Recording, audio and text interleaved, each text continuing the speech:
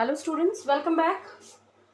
Now this time we are going to do the another topic of the water resources, that is lagoons and what we can say backwaters. ठीक है, backwaters और lagoons को हम define करेंगे. Ground water और surface water हम लोगों ने पढ़ा. अब हम पढ़ेंगे लेगून एंड बैक वाटर. सबसे बड़ी बात, लेगून और बैक वाटर्स होते क्या हैं बच्चों. अभी तक जब हमने ग्राउंड वाटर और सरफेस वाटर डिस्क्राइब किए तो फिर उसके बाद में ये कौन से टाइप ऑफ वाटर आ गए. ठीक है, पहली चीज़ तो ये आपको ध्यान रखनी है. हम सरफेस वाटर की जो बात करते हैं, हमने सरफेस वाटर की कौन सी बात करी, रिवर, पॉन्ड्स, टैंक्स, लेक्स, ये जो है ये surface water lakes water sources हैं. बट ये सभी फ्रेश वाटर सोर्सेज हैं, इनको हम इस्तेमाल करते हैं. हमने तो डिस्क्राइब नहीं किया we are the another water resources that is the Arabian Sea, bay of Bengal, including the southern tip of Indian ocean.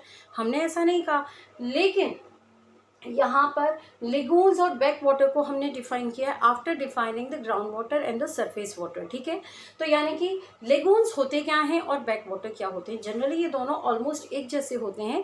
जब समुद्र की वेव्स रेगुलर जो बीचेस होते हैं ना, समुद्र के किनारे जो बीचेस होते हैं, आप लोग भी कई बार गए होंगे, तो वो बीचेस पर क्या होता है कि वो सैंड जो है एक सेडिमेंटेशन कर लेती है. सेडिमेंट धीरे धीरे धीरे बहुत लंबे प्रोसेस से ऐसे ही चलते रहते हैं. तो वो जो मेन सी है या मेन ओशन वाटर बॉडी है उससे अपना कनेक्शन थोड़ा सा काट लेते हैं, लेकिन पूरा नहीं काटते हैं. उसमें एक सोर्स, एक चैनल बना रहता है जिससे वो रेगुलर वाटर सप्लाई होती रहती है. तो क्या है, जो आपके ओशंस हैं, वाटर बॉडीज़ हैं, इनमें तो रेगुलर पानी वाटर आता रहेगा. वेव्स रेगुलर रोटेट करती हैं.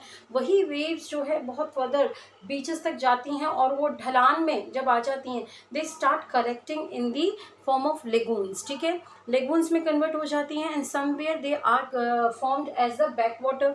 जहाँ पर उनको और ढलान मिलता है तो वो क्या है, कैनाल जैसा शेप बना लेते हैं. इस तरीके के रिवर वाटर को स्पेशली, क्योंकि ये हम जो आपका ओशन वाटर है इसकी बात करें तो साउथ इंडियन पार्ट में ही हमको ये मिलेगा. तो यहाँ पर इस सॉल्टी वाटर से लोग जो है for the navigation, for the fishing purpose they utilise this water. ठीक है, बाय फॉर्मिंग द कैनाल्स. ठीक है, तो ये बैक वाटर और लेगून्स ऑलमोस्ट जो है सेडिमेंटेशन के बाद सेपरेशन होकर जो मेन सी है उससे अलग होकर बनते हैं. ठीक है, आगे बात समझ में इनकी. Next, large coast line. देखो अब ये बनने का कारण, large coast line formed lagoons and backwater. For example, Kerala, Odisha, West Bengal, these are the states which are having the larger coastline. आप देखते हैं केरला किस तरीके से फैला हुआ है फ्रॉम नॉर्थ टू साउथ, तो वो पूरा कोस्ट लाइन वो शेयर करता है. ठीक है, in the same manner the Orissa and the West Bengal in same manner they are sharing lots of coastal line. ठीक है, तो ये कोस्ट लाइन शेयर करने से क्या होता है, ये इनके पास में they are having different kind of features like lagoons. तो लेगून्स में आपने देखा उड़ीसा में जैसे चिलिका लेक है, पुलिकेट लेक है तमिलनाडु में. ठीक है, तो ये क्या हैं, ये वो लेक्स हैं जो समुद्र के पानी से सेपरेट होकर बनी हैं. अब इनमें क्या है, जो सॉल्टीनेस जो आप लोगों के समुद्र की होती है उससे थोड़ी सी कम हो जाती है धीरे धीरे. क्यों, क्योंकि वो सोर्सेज जो सॉल्टी वाटर है वो कम होता है और रेन वाटर और ये सभी कलेक्ट होकर उसमें ही बने रहते हैं. ठीक है, so it is used for the like water is brackish. Here the word is used like though this water is called as a brackish water. brackish क्या होता है, खारा पानी. ठीक है भाई, समुद्र का पानी खारा ही होगा और खारे पानी से ही अगर एग्रीकल्चर हो सकती तो फिर सब लोग परेशान नहीं होते. लेकिन कुछ ऐसे पैडी भी इंट्रोड्यूस किए गए हैं which can be grown in this brackish water. Brackish का मतलब है सॉल्टी वाटर, खारापन. ठीक है, और उसके साथ साथ सम अदर थिंग्स. समुद्र में मछलियाँ तो आपको दिखती ही हैं, तो डेफिनेटली सॉल्ट मैटर नहीं करता. वहाँ पे फिशिंग आराम से हो सकती है, नेविगेशन पर्पज़ के लिए इस्तेमाल करते हैं. कोकोनट के लिए भी they can also use the salty water to irrigate it. ठीक है, now water demand and utilisation.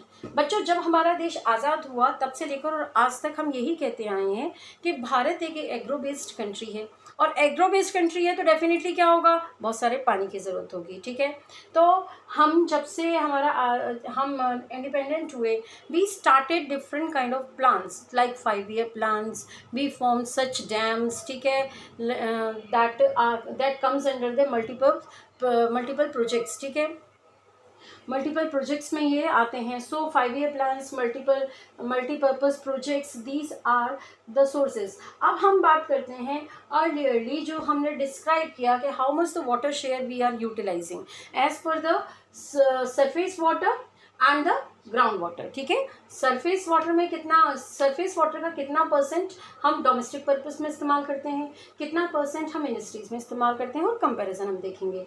देखो ये ग्राउंड वाटर है और ये सरफेस वाटर का पाई चार्ट है। जो सरफेस वाटर है, सरफेस वाटर का टोटल परसेंटेज में से 9% वाटर हम इस्तेमाल करते हैं फॉर डोमेस्टिक पर्पस। ठीक है, हम डोमेस्टिक पर्पस के लिए इस्तेमाल करते हैं। दूसरी तरफ आता है ग्राउंड वाटर, इसमें जो शेयर है डोमेस्टिक पर्पस का that is less, that is we are using 3% of water in the form of domestic use from the ground water. हम ग्राउंड वाटर का 3% वाटर ही इस्तेमाल करते हैं फॉर डोमेस्टिक पर्पस। ठीक है, सेकेंड थिंग इंडस्ट्रियल यूज।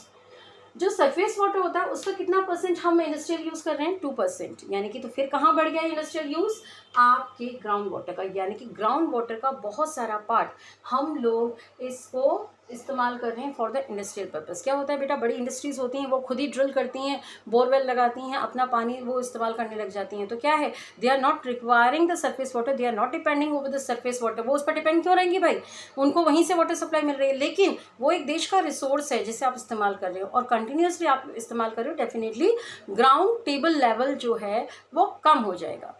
ठीक है, ग्राउंड वाटर लेवल जो टेबल होता है वो कम हो जाता है। तो ये हमने इसके बीच में डिस्टिंग्विश किया। ओवरऑल आप नोटिस करिए जो सरफेस वाटर है, सरफेस वाटर का total percentage 89% is utilising in the agricultural activities. ठीक है, and that is 92% from the ground water. यहाँ पे भी ग्राउंड वाटर का परसेंटेज ज़्यादा है, तो हमें संभलना होगा, ग्राउंड वाटर को कम करना होगा, रिप्लेनिशेबल का मौका देना पड़ेगा।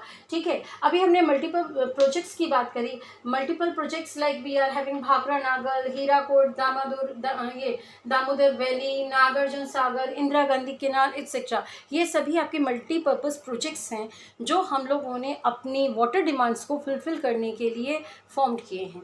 ठीक है बच्चों, ओके, थैंक यू।